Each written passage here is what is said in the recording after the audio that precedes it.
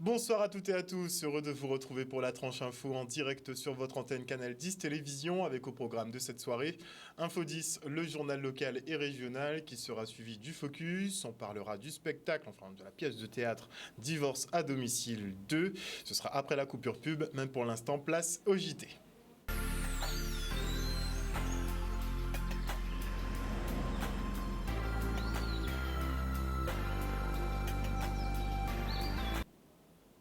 Nous sommes le jeudi 2 mars 2023 et Laura Pentier a disparu de son domicile à Bas-du-Fort depuis le 7 février dernier. Cette femme est bipolaire et en rupture de soins. Elle mesure 1,65 m, de corpulence normale et claire de peau. Ses yeux sont marrons et ses cheveux mi-longs et ondulés. Si vous avez des informations, n'hésitez pas à contacter les numéros affichés. La disparition quand même remonte à près d'un mois, ce qui est particulièrement inquiétant.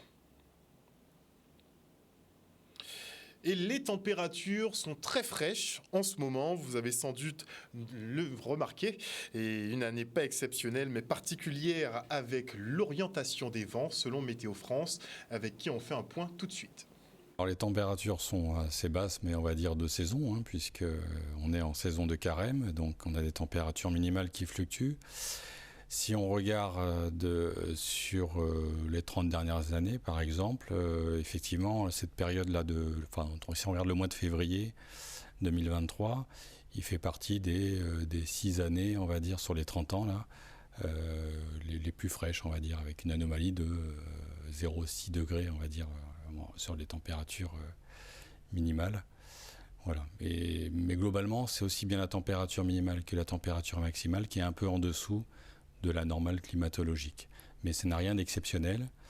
On peut pas dire ce qui est un peu plus exceptionnel, c'est qu'effectivement les températures maximales sont un peu plus faibles que la normale, mais à cela, c'est une fluctuation climatologique, on va dire normale au fil des années. Oui. Donc ça peut aussi s'expliquer par des vents qui sont un peu plus de vents de nord-nord-est, enfin de nord-est, pardon, que des vents d'est ou sud-est qui sont plus chauds. Voilà, donc les masses d'air sont un peu plus fraîches que d'habitude, mais ça c'est lié à la situation sur l'Atlantique. Voilà, donc c'est une année pas exceptionnelle, mais un peu particulière à ce niveau-là, à cause de l'orientation des vents ou des températures plus fraîches nocturnes. Voilà. On ne peut pas vous dire ce qui se passera l'année prochaine, si on sera dans les normales ou en dessous. Par contre, ce que l'on sait dans les projections climatiques liées au changement climatique, c'est qu'on va quand même vers une tendance de température qui augmente. Donc évidemment, ça ne se voit pas d'une année sur l'autre, ça se voit quand on regarde 10, 20, 30 ans de mesures de température, où on voit que globalement, cette température, elle monte. Parce que là, quand on vous dit aujourd'hui, on est un peu en dessous des normales, les normales, elles, avec le changement climatique, elles ont augmenté. C'est-à-dire que là, on se réfère à des normales plus récentes, plus récentes sur les 30 dernières années, là, et ces normales qui sont plus élevées que les normales des 30 dernières années d'avant. Voilà. Donc, on parle de normale, mais c'est une référence qui fluctue, là, qui augmente avec le changement climatique. Donc oui, on aura toujours une période un peu plus fraîche en janvier, février. C'est normal puisque le rayonnement solaire est moindre. Par contre, ces valeurs de température vont avoir quand même globalement tendance à augmenter. Parlons maintenant de l'affaire du pylône téléphonique de Nogent à Sainte-Rose qui est mise en délibéré. Dans 15 jours, les requérants seront fixés sur le maintien ou non du permis de construire pour cette antenne du groupe SFR. Plus de précisions dans le reportage. Le rapporteur public a conclu en faveur de la requête, donc elle conclut à l'annulation du permis de construire qui avait été délivré à la société pétitionnaire pour 2 motifs, l'impact paysager et l'impact sur la sécurité publique. Donc évidemment, on ne peut que s'en féliciter. Habituellement, les rapporteurs publics sont suivis dans à peu près 80% des cas, donc je suis confiante dans le fait qu'on aura une issue favorable dans ce dossier. La rapporteure publique considère qu'il y a un certain nombre de requérants qui ne sont pas recevables pour des raisons qu'elle a expliquées, qui tiennent au fait qu'elle considère que ceux-là vivent un peu plus loin de l'antenne.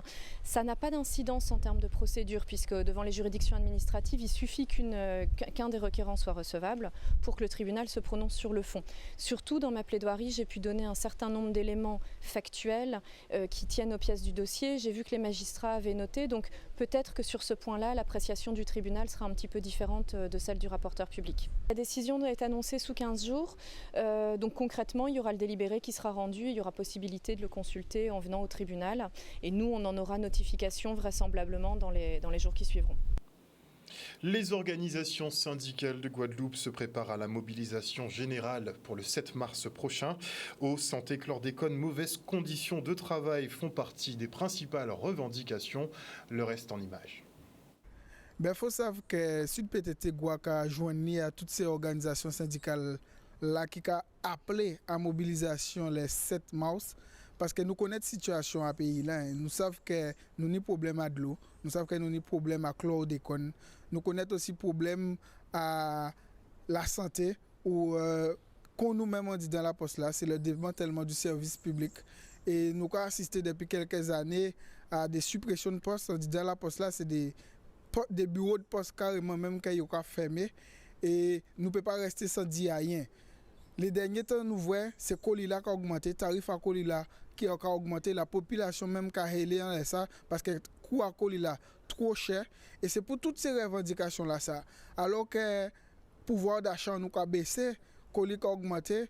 Voilà pourquoi aussi nous avons appelé toute la population de la Guadeloupe, mais essentiellement aussi la population postale, tout postier à mettre debout les 7 mars, et pour que la mobilisation là, ça soit un succès.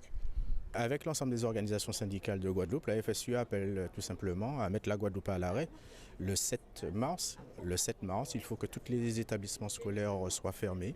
Il faut absolument que tous les collègues soient donc mobilisés, tout simplement pour obtenir dans un premier temps l'annulation donc des suppressions de postes, dans un deuxième temps faire de telle sorte que la réforme des retraites ne puisse pas passer, et surtout faire de telle façon que nous puissions avoir enfin une revalorisation salariale, car aujourd'hui l'école souffre d'un manque d'enseignants, et ce manque d'enseignants est lié naturellement par le manque de considération de nos métiers.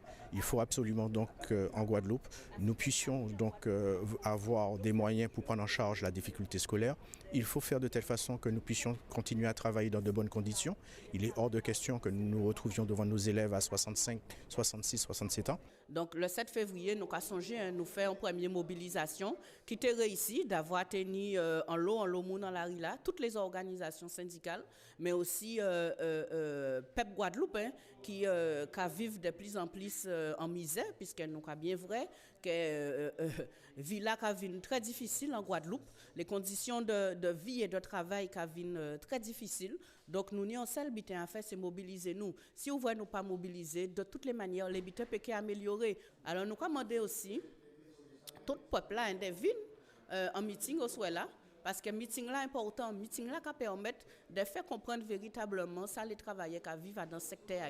Mardi 7 mars, nous avons demandé donc tout travailleurs de mobiliser par rapport à tous les problèmes qui posaient en Guadeloupe, et surtout la question de la retraite. 6 plans à la retraite en termes de revendication à les travailleurs, en faveur des travailleurs.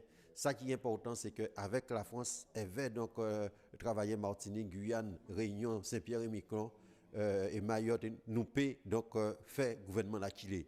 Le gouvernement a fait le choix d'attaquer nous, et il fait le choix d'aller en bout à attaquer. Si il passait, ça veut dire ne pas faire rien, ça veut dire que nous avons une grande difficulté si ce n'est de mort au travail. Donc nous avons intérêt à non seulement que nous mobiliser, mais comprendre qu'il y a une nécessité pour tout travailleur de rassembler.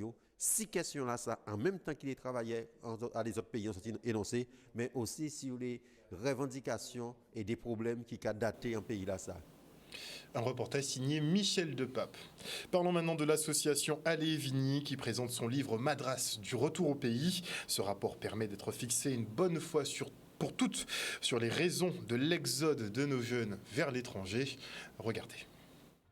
L'idée que nous avons eue en rédigeant le livre Madras sur le retour au pays, c'était de sortir dans l'émotionnel, sortir dans le subjectif pour entrer dans l'objectif et le factuel. À se dire que réellement, aujourd'hui, on a des outils pragmatiques, on a de quoi se dire oui, on perd de la population, oui, on est triste parce qu'un tel ne peut pas rentrer au pays. Eh bien, aujourd'hui, avec ce rapport, au-delà de simplement cette notion de parler, de s'exprimer avec douleur sur le sujet. Aujourd'hui, on a un diagnostic précis, on a un constat précis et on a aussi des solutions que la société guadeloupéenne peut s'accaparer pour pouvoir traiter le sujet. Le constat que tout le monde fait déjà à la base, c'est que la Guadeloupe se vide de ses forces vives et les raisons dont tout le monde se doutait, mais là on l'a gravé dans le marbre, on l'a certifié par l'étude, c'est qu'en fait la population quitte pour deux raisons. Premièrement, parce qu'il y a une dynamique qui est inscrite depuis 40 ans avec l'ANT, le BUMIDOM, puis l'ADOM, et cette dynamique qui voulait simplement, dans un premier temps, répondre à un besoin en matière de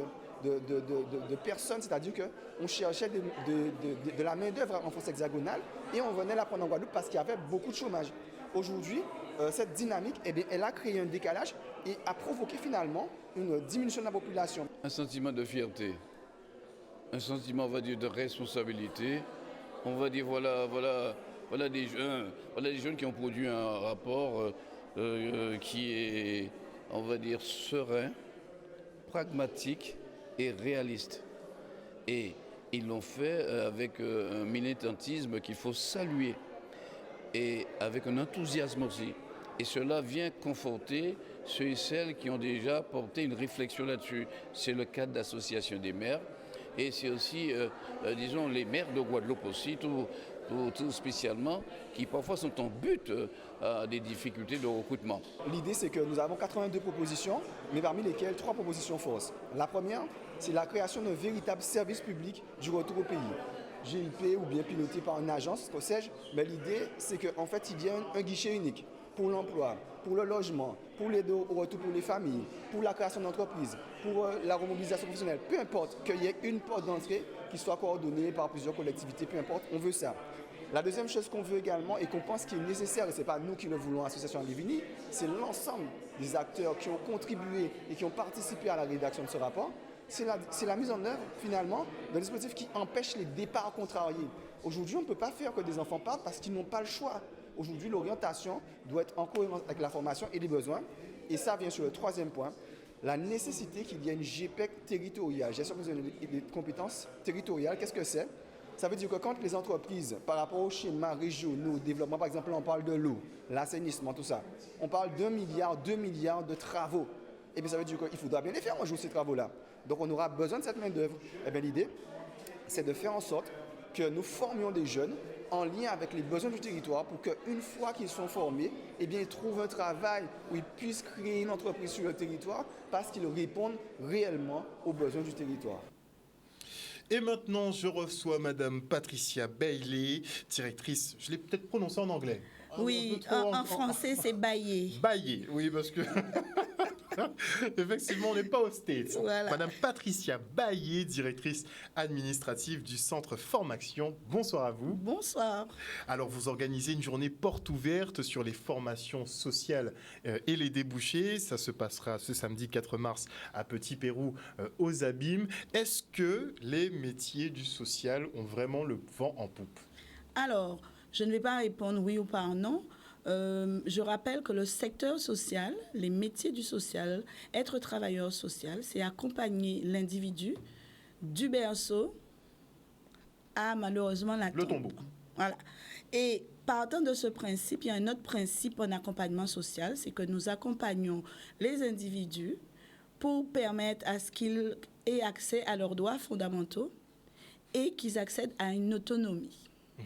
Dit comme ça, je pourrais dire qu'ils ont toujours eu le vent en poupe, mais qu'il ne faut pas confondre faire du social et faire du bénévolat ou faire de la charité.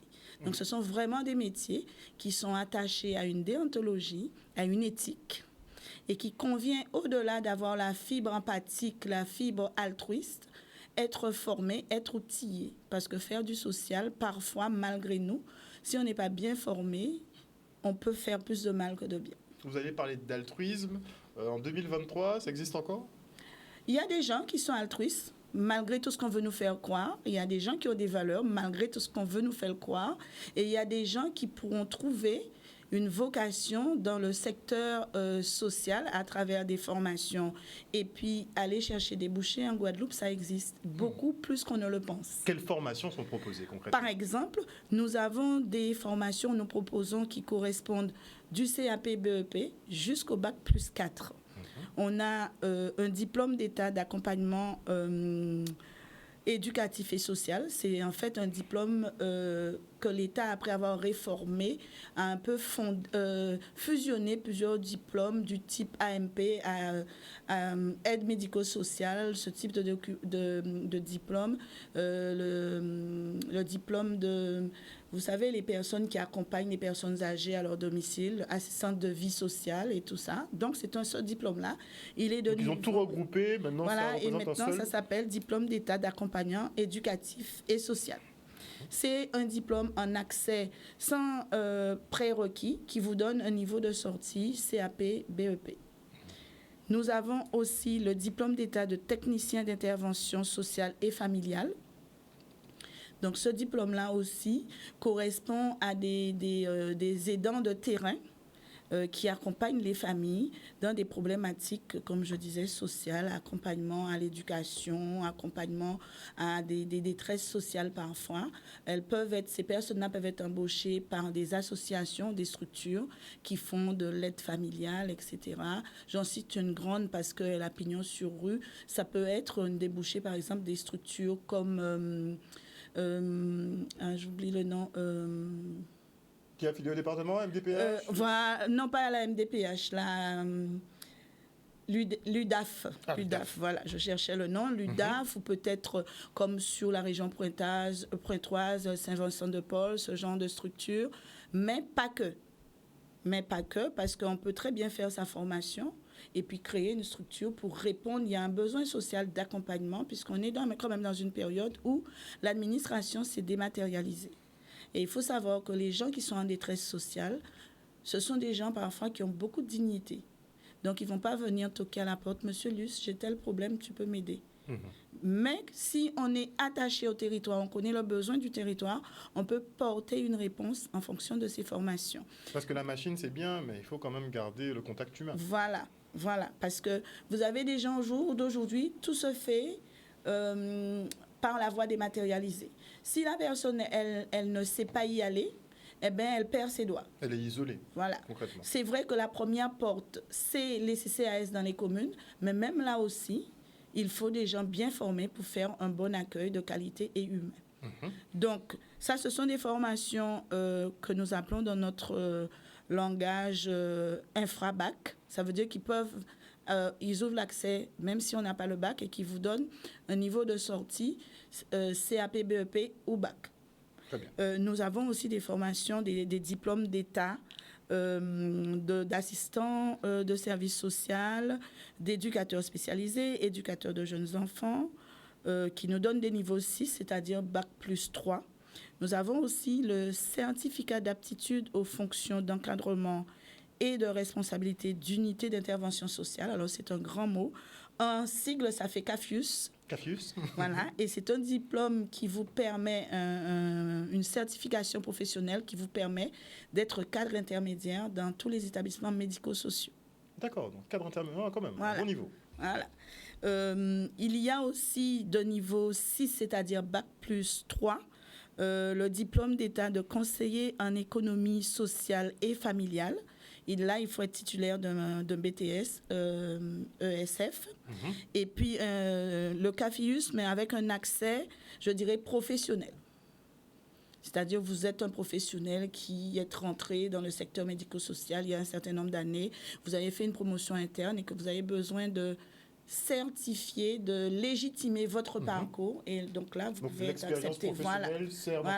Et nous accompagnons aussi les professionnels sur tous les dispositifs de VAE, puisque là aussi... Validation d'acquis d'expérience. Voilà, sur tous ces diplômes que nous avons cités.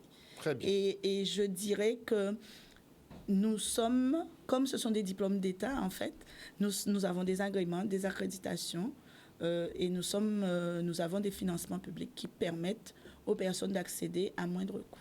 Donc, vous organisez une porte ouverte où vous présenterez de manière plus exhaustive toutes ces formations. Ça se passera quand, où, à quelle heure? Samedi matin. Donc après-demain, ça se passera dans notre établissement à Du Gazon de Bourgogne à Petit Pérou et ça sera de 9h à 13h. Là, on pourra échanger, on pourra vraiment apporter des réponses précises à la réalité de tout un chacun, mais c'est aussi pour nous l'occasion de dire que oui, en Guadeloupe, il y a un lieu où on peut se former. Parce que je dis souvent, enfin l'équipe, nous disons souvent que former quelqu'un qui va accompagner une autre personne, il y a quand même une dimension culturelle, sociale, sociétale, et je dirais même, je dirais pas écologie, mais dans le sens de l'accompagnement, c'est bien le mot. Parce qu'on vous dit que quand vous accompagnez quelqu'un, vous devez respecter son écologie. Respecter l'écologie de quelqu'un, c'est si je vous fais... Vous devez comprendre culturellement qu'est-ce que ça veut dire mon... Et c'est pas parce que j'ai quelque chose de coincé dans la dent, par exemple. Donc, vous voyez ce que je veux dire, c'est former la personne sur un cadrage, je dirais, un référentiel qui est cadré, puisque ce sont des diplômes d'État, mais nous nous avec les efforçons quand même guadeloupéennes. Voilà. Parce que si je viens vous aider et que vous avez l'impression que je vous demande la charité, que vous me demandez la charité ou que je veux par ma posture, puisque nous savons que la communication non verbale, c'est 80%. Oui. Donc si dans ma posture, je vous donne l'impression, mais Timal, c'est ta faute, t'es là-dedans, mais voilà, quoi, c'est normal, je vais sûrement provoquer en face une réaction qui, même si je n'aurais rien dit, que je n'aurais pas compris l'agression, mais dans ma posture, je l'aurais provoqué parce que je serais en décalage, soit culturel ou soit en termes de compréhension, parce que l'empathie, c'est aussi ça. Mais voilà. il faut être doué pour ça. Hein. C'est techniquement, mais ça s'apprend. C'est des vocations. Oui, mais voilà, ça s'apprend. Il y a des prérequis quand même. Ça peut s'apprendre, mais il faut quand même avoir un bon cœur, un gros cœur. Avec les prérequis, ça s'apprend. Parce que si vous êtes formé à l'identité de la personne et que dans le fameux référentiel universel, on vous dit vous devez respecter l'écologie qui, comme disait ma grand-mère, est un gros mot. Mais comme on vous l'a dit de manière théorique et qu'après on vous l'illustre, eh bien, quand vous venez en face de la personne, vous avez la bonne posture pour respecter son écologie. Donc le rendez-vous est donné, ça se passera ce samedi à Petit Pérou, aux Abîmes, au lotissement du Gazon de Bourgogne. Ce sera de 9h à 13h et vous pourrez donc découvrir le panel de formation proposé par le Centre Formaction, donc une école de travail social. Merci beaucoup, Madame Baillet. Voilà. On va le prononcer en français. Voilà, Guadeloupéenne. Et puis bon. Merci encore. Merci à vous. Et nous partons pour l'inauguration de la nouvelle section orchestre symphonique du collège Réminé Souta à Saint-Claude. C'est une grande joie, puisque du coup l'association de Rémi A nous a fait cette demande depuis 2021, une demande de financement par rapport à l'école de musique. Donc l'équipe municipale pilotée par à l'époque M. Khalifer et maintenant M. Wek a accueilli avec un grand dynamisme cette demande de subvention, et donc c'est avec plaisir que nous avons accompagné la création et l'accompagnement de cette école de musique. Et donc aujourd'hui, c'est vraiment un véritable bonheur de pouvoir concrétiser ce projet à travers cette représentation musicale. Nous sommes vraiment fiers de cette réalisation et de voir les progrès des élèves au moins en 7 mois quasiment. Et nous sommes vraiment honorés aussi de la présence de Luan Pommier et de M. Joseph qui n'a pas pu être là. Mais voilà, nous sommes vraiment fiers de cette réalisation.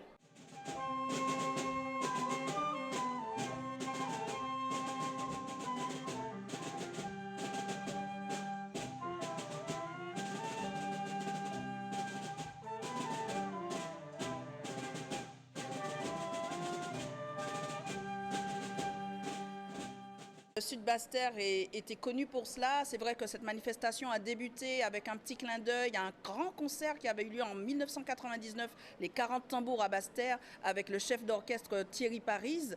Et c'est vrai que lorsque nous avons su que nous avions dans cet établissement cette compétence rare et inimitable, un chef d'orchestre, professeur d'éducation musicale, comment pouvions-nous rester comme cela? Et nous avons voulu effectivement concrétiser cela par un beau projet, la création d'une section orchestre symphonique. Et c'était vraiment sa volonté, la volonté de M. Thierry Paris, parce que ça aurait pu être un orchestre d'harmonie, mais il a vraiment insisté. Il voulait d'un orchestre symphonique et là, nous avons vu le résultat. C'est une fierté et aussi le sentiment du devoir accompli. Voilà, donc ça n'a pas été facile, hein, surtout que c'était pendant la période du Covid. Il a fallu mener tout ce combat administratif, recréer une école de musique pour répondre aux exigences et au cahier de charge de l'orchestre à l'école. Et ensuite, mettre en place toute la partie demande de subvention pour l'acquisition des instruments, le paiement des professeurs. Enfin, ça a été vraiment, ça n'a pas été sans peine. Et vivre cette journée à côté des enfants, voir leurs yeux qui brillent, de satisfaction d'avoir leurs instruments, ce n'est que de la joie et que positif. Un reportage signé Olivier Félix. Et voilà, chers téléspectateurs, nous sommes arrivés au terme de ce journal. Merci pour votre fidélité à ce programme. N'oubliez pas que sur Canal 10 Télévision, vous faites l'information que nous diffusons. Le journal revient demain à 18h30. Une bonne soirée à vous. Bisous, bisous tout le monde.